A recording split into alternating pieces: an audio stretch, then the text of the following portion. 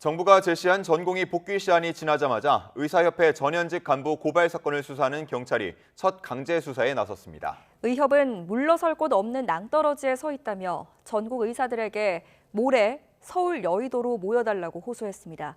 취재기자 연결해서 자세한 내용 들어보겠습니다. 우종훈 기자. 네, 사회부입니다. 네, 경찰의 의사협회 압수수색 어떻게 진행됐습니까? 네, 오늘 오전부터 진행됐던 대한의사협회와 서울시 의사회 사무실 등에 대한 경찰의 압수수색은 조금 전에 끝났습니다. 앞서 보건복지부는 김태구 의협 비대위원장과 노환규 전 의협 회장 등 5명을 의료법 위반 혐의 등으로 경찰에 고발했습니다.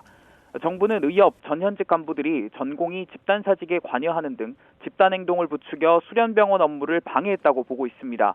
경찰은 이들이 전공의 집단행동에 개입한 정황을 잡기 위해 의협 비대위 회의록 등을 압수 대상으로 삼았습니다. 이번 사태와 관련해 경찰이 의사단체를 강제 수사한 건 처음으로 지난달 27일 정부 고발 이후 사흘 만에 의협 간부에 대한 압수수색이 이루어졌습니다. 경찰은 아직 체포한 사람은 없다고 밝혔는데요.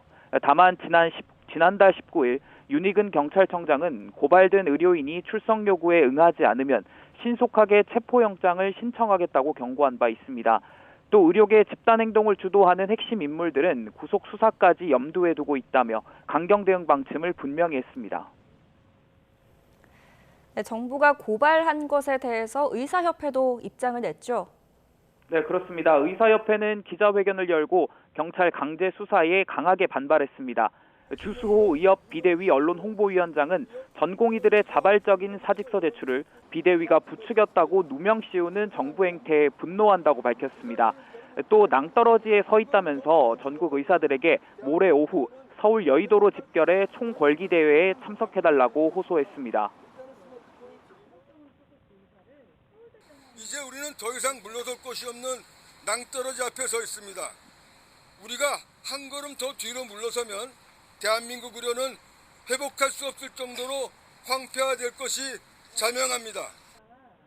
하지만 의사단체만큼이나 현재 정부 입장도 강경합니다.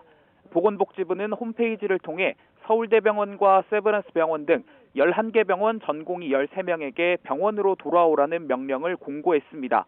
여기엔 각자의 면허 번호까지 적혀 있는데 보건복지부는 주소 확인이 안 되는 이유 등으로 우편 송달이 어려워 공고문을 게시했고 긴급 상황인 만큼 효력은 오늘부터 발생한다고 덧붙였습니다.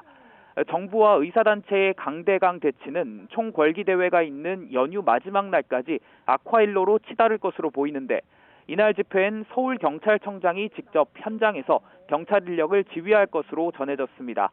지금까지 사회부에서 전해드렸습니다.